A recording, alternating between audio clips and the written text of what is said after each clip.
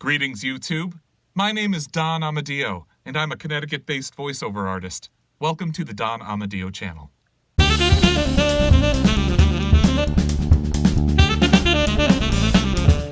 It is my goal on this channel to provide an engaging, immersive, literary, free experience, and also to spread my love for the written word. And to that end, I'm going to present to you today the third part in a 4-part series of Grimm's fairy tales. Hopefully you've had a chance to listen to some of the previous releases, but today's release, Hansel and Gretel, is sure to engage people of all ages. However, I will say, this one's pretty dark. I encourage you to like, subscribe, share my channel out, spread the word, spread the love of literature, and without further ado, I present to you the Grimm Brothers, Hansel and Gretel.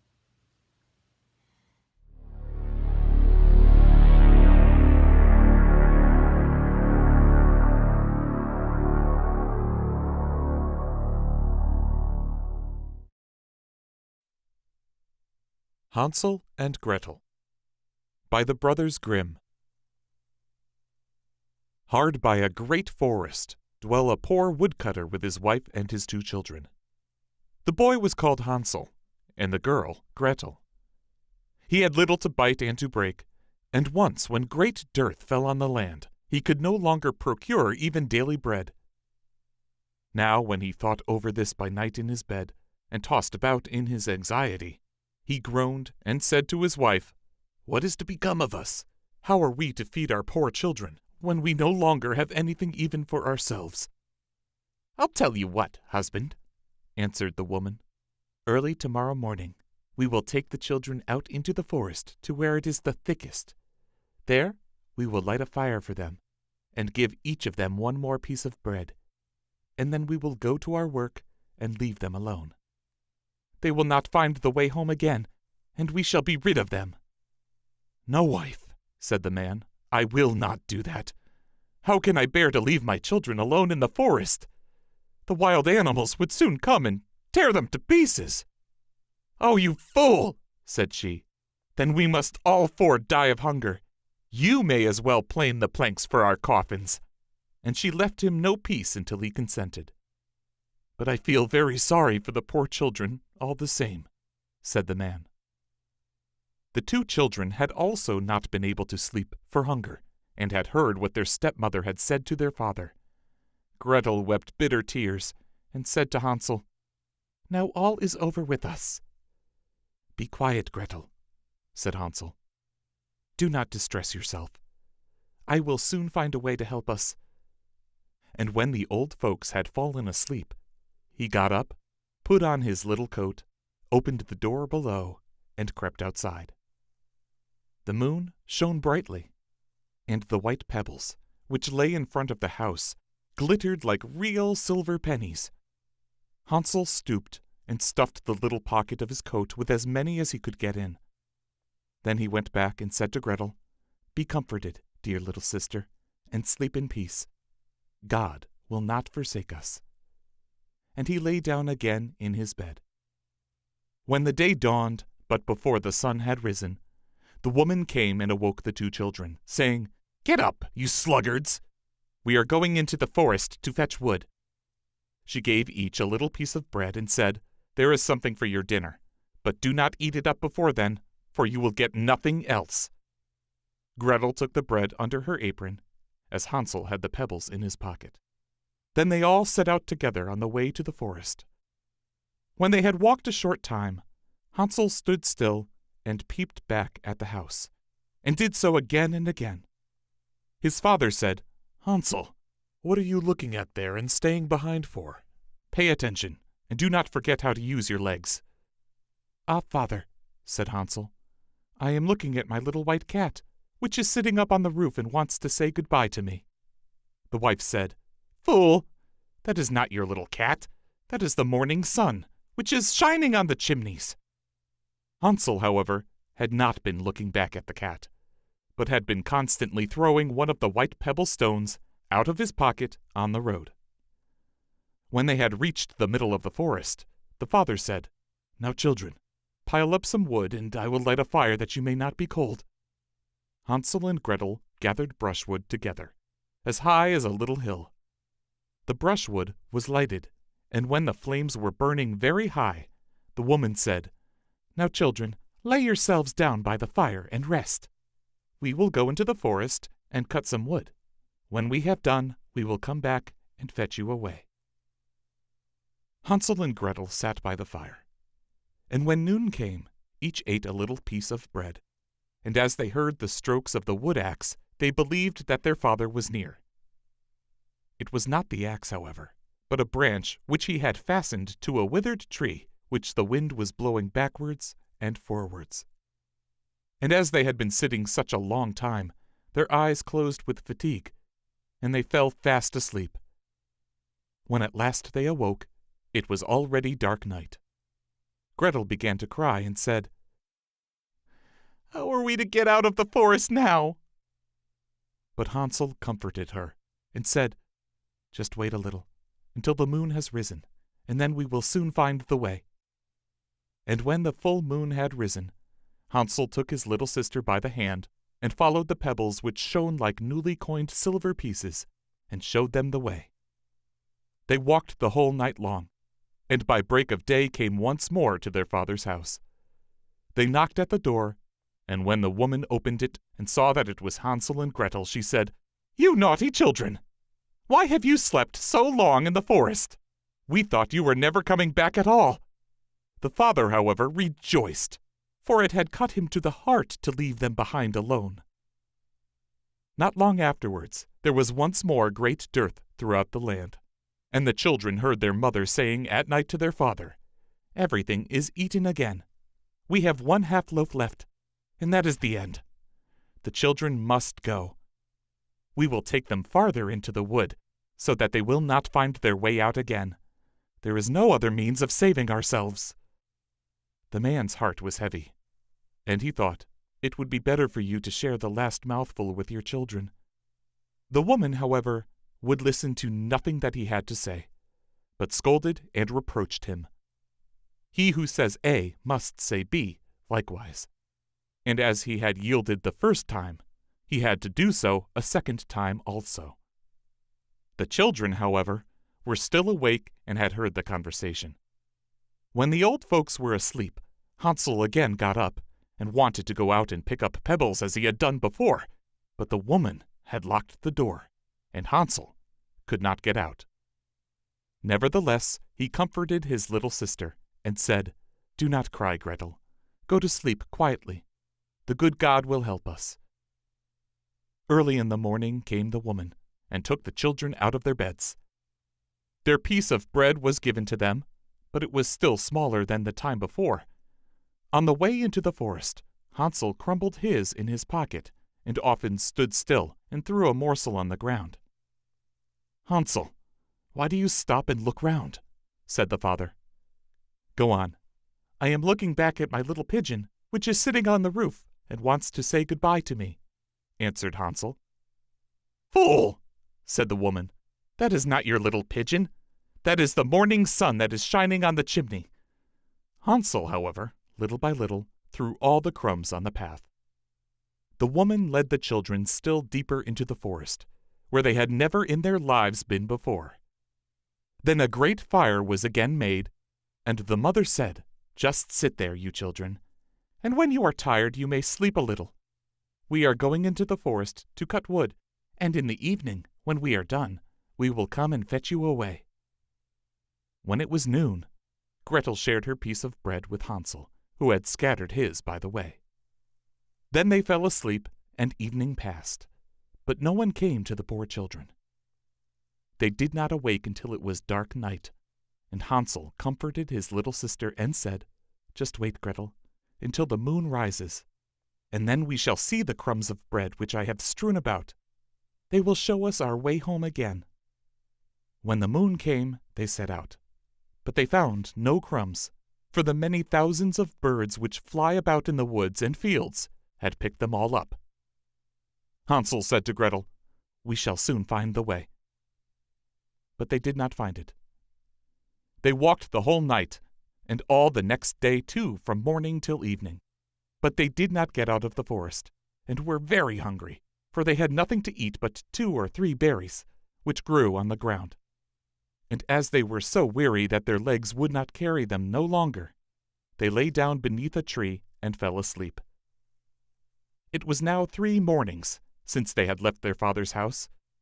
They began to walk again, but they always came deeper into the forest, and if help did not come soon, they must die of hunger and weariness. When it was midday, they saw a beautiful snow-white bird sitting on a bough, which sang so delightfully that they stood still and listened to it. And when its song was over, it spread its wings and flew away before them, and they followed it until they reached a little house, on the roof of which it alighted. And when they approached the little house, they saw that it was built of bread and covered with cakes, but that the windows were of clear sugar. "We will set to work on that," said Hansel, "and have a good meal. I will eat a bit of the roof, and you, Gretel, can eat some of the window.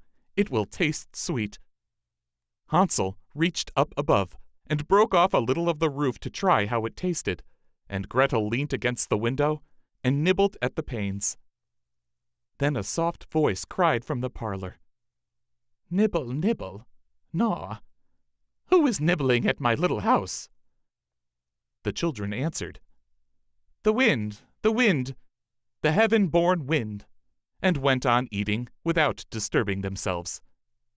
Hansel, who liked the taste of the roof, tore down a great piece of it, and Gretel pushed out the whole of one round window pane, sat down, and enjoyed herself with it. Suddenly the door opened, and a woman as old as the hills, who supported herself on crutches, came creeping out. Hansel and Gretel were so terribly frightened that they let fall what they had in their hands.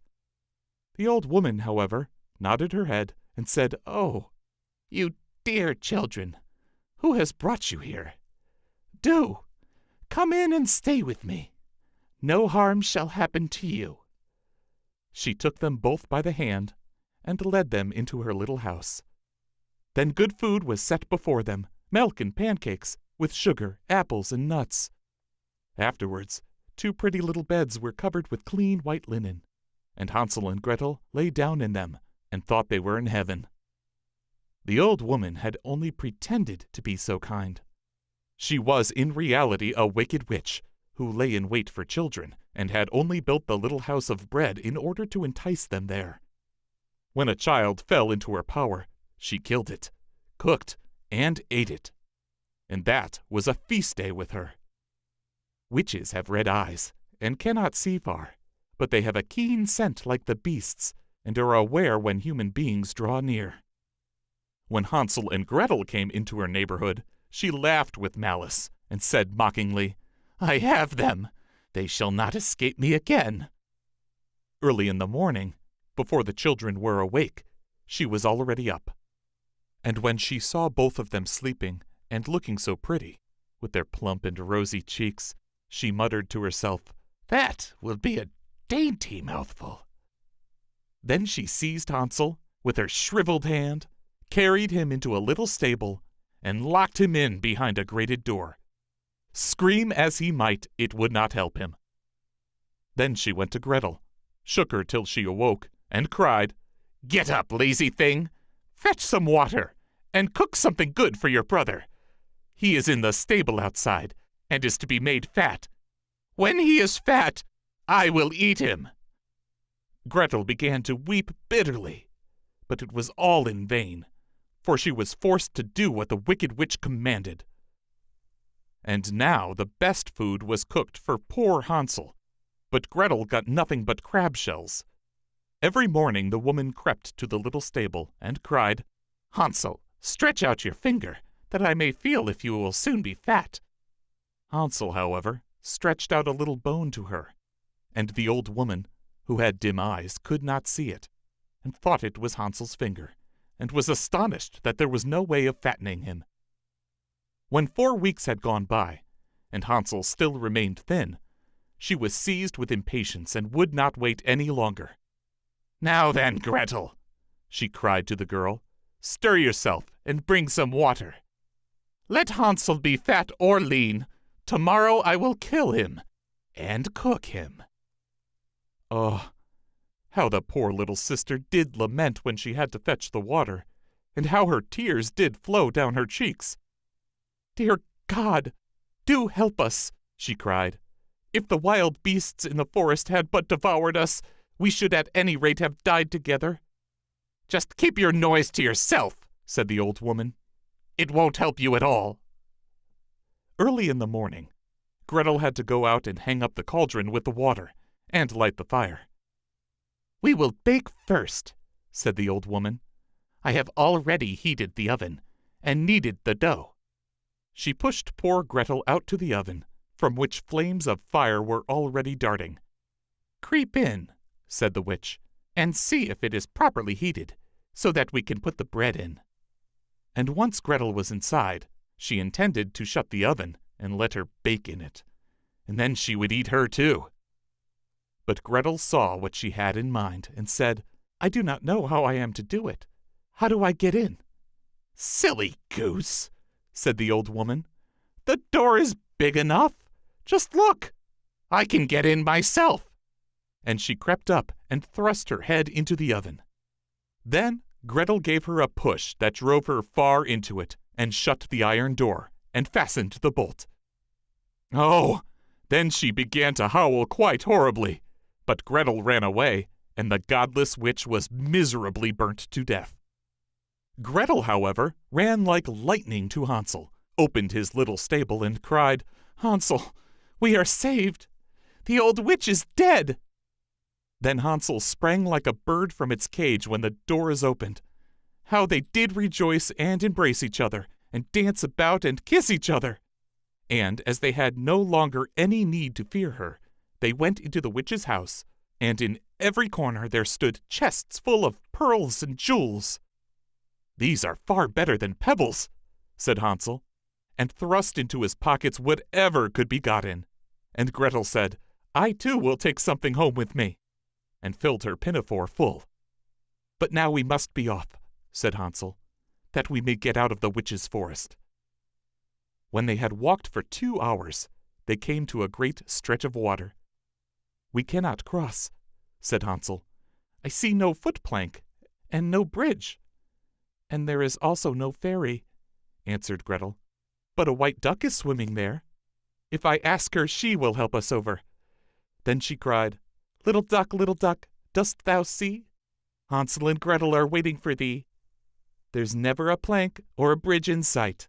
Take us across on thy back so white." The duck came to them, and Hansel seated himself on its back, and told his sister to sit by him. "No," replied Gretel, "that will be too heavy for the little duck. She shall take us across one after the other." The good little duck did so, and when they were safely across and had walked for a short time, the forest seemed to be more and more familiar to them, and at length they saw from afar their father's house. Then they began to run, rushed into the parlor, and threw themselves round their father's neck. The man had not known one happy hour since he had left the children in the forest. The woman, however, was dead. Gretel emptied her pinafore until pearls and precious stones ran about the room, and Hansel threw one handful after another out of his pocket to add to them. Then all anxiety was at an end, and they lived together in perfect happiness. My tale is done. There runs a mouse. Whosoever catches it may make himself a big fur cap out of it.